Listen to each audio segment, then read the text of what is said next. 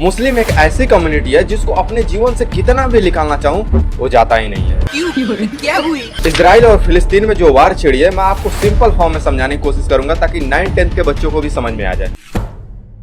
ये बात है 7 अक्टूबर की। सुबह के 6:30 हो रहे थे। उस समय एक बार और हमला होती है इजराइल पे, क्योंकि ये पहली बार नहीं था जब इजराइल पर हमला हुआ था। इससे पहले भी बहुत बार हो चुका है, लेकिन ये हमला इसलिए सबसे ज्यादा खास बन जाता है क्योंकि इस बार हजारों की संख्या में रॉकेट छोड़े गए थे, वो भी एक साथ। हमास ग्रुप कहता है कि लगभग 5000 रॉकेट एक साथ फायर किया गया था। तुम सोच कर देखो, तुम एक जगह पर बैठे हो और तुम्हारे ऊपर 5000 रॉकेट फायर हो जाता है। इजराइल के पास एक बहुत ही पावरफुल हथियार है, आयरन डोम। ये दुनिया का सबसे बेस्ट और पावरफुल हथियार है जो किसी भी टाइप के मिसाइल को एयर में ही बर्बाद कर सकता है। उसके बावजूद इजराइल के काफी सारे लोग मारे गए। इसका सिर्फ 2 रीजन था। एक तो आवश्यकता से ज्यादा मिसाइल छोड़ी गई थी, वो भी एक साथ, जिसके वजह से आयरन डोम जैसी डिफेंस सिस्टम भी सारे मिसाइल को नष्ट नहीं कर पाया। और जाहिर सी बात है कि कुछ मिसाइल इजराइल पर गिरे। और दूसरा रीजन था, ये हमला सुबह के 6:30 पे हुए थे।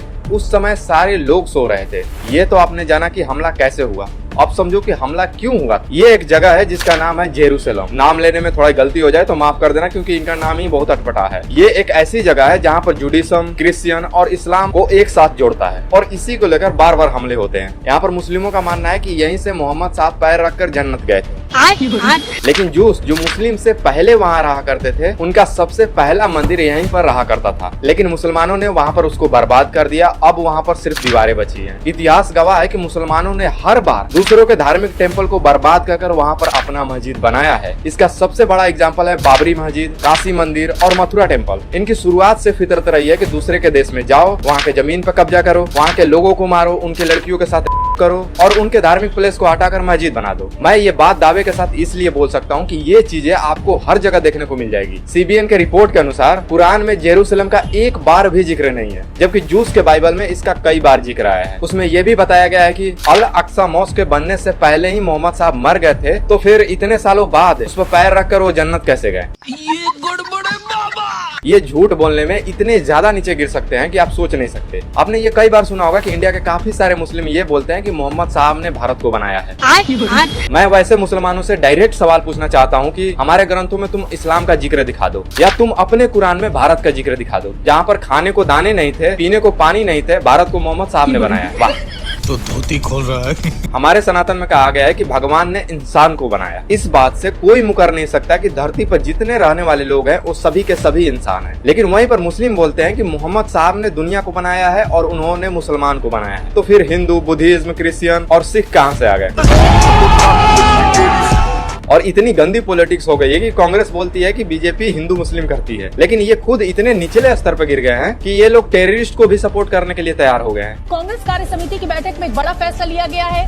कांग्रेस कार्य समिति की बैठक में फिलिस्तीन के समर्थन में प्रस्ताव पास किया गया है। प्रस्ताव में लिखा गया है, कांग्रेस कार्य समिति में फिलिस्तीन के लोगों को समर्थन, लोगों के लिए जमीन, आत्मसम्मान और जीवन के अधिकारों के लिए कांग्रेस पार्टी अपना समर्थन दोहराती है। ये प्रस्ताव कांग्रेस वर्किंग कमेटी की बैठक में पास हुआ है। प्रणय, इसके क्या मायने निकाले जाए? यहाँ मसला आतंकवाद का। और अगर आप देखिए, प्रधानमंत्री नरेंद्र मोदी ने जो ट्वीट किया था इस घटना के बाद, उसी के अंदर स्पष्ट किया था कि भारत आतंकी हमले में इजराइल के साथ खड़ा हुआ है, क्योंकि भारत हमेशा से दुनिया के हर मंच पर आतंकवाद का विरोध करता रहा है। और जिस तरीके से हमास ने इस हमले को अंजाम दिया, जिस तरीके से मासूम नागरिकों को मारा गया, जिस तरीके से कत्लेआम किया गया, जिस तरीके से बंधक संकट अभी भी बरकरार है और 100 से ज्यादा जो नागरिक हैं वो अभी भी हमास के कब्जे के अंदर हैं, गाजा के अंदर हैं। शर्म करो, भगवान से डरो, भगवान से डरो।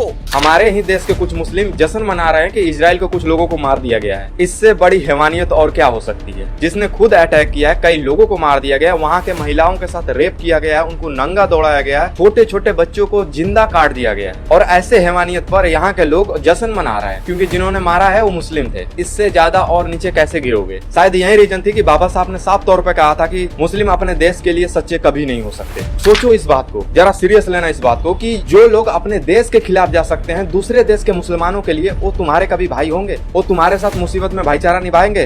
कभी नहीं। वास्तविकता के साथ जागो।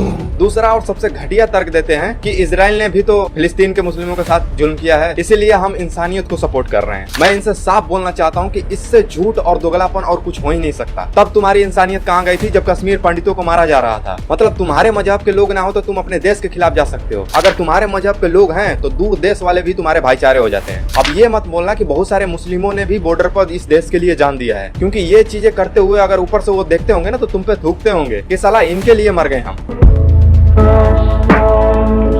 इस वार के बाद दुनिया में दो टाइप के लोग उभर के आ रहे हैं। एक कहते हैं फिलिस्तीन का पूरा सफाया कर दो, वहीं पर दूसरे तरफ वाले कहते हैं कि इजराइल का पूरा सफाया कर दो। मैं ये साफ तौर पर बोलना चाहूंगा कि दोनों गलत है। इस बात को आप हमेशा याद रखिए कि आप एक इंसान हैं, कोई हैवान नहीं। चाहे वहाँ पर किसी भी मजहब के लोग रह रहे हो, चाहे वो हिंदू हो, मुस्लिम हो, सिख हो, ईसाई हो, जैन हो, बुद्धिज्म हो, कोई फर्क नहीं पड़ता। जरा सोच के देखिए कि इजराइल और फिलिस्तीन के आम लोगों पर क्या बीत रही होगी। आप अगर वहाँ पर होते और आप पर हजारों की तादाद में रॉकेट बरस रहे होते तो आपकी सिचुएशन क्या होती? क्या तब भी आप कहते हैं कि उस देश का पूरा सफाया कर देना चाहिए? मेरा ऐसा मानना है कि जिन्होंने हमला किया है बस उनका सफाया किया जाए और इस प्रॉब्लम को सोल्व कर दिया जाए जल्द से जल्द।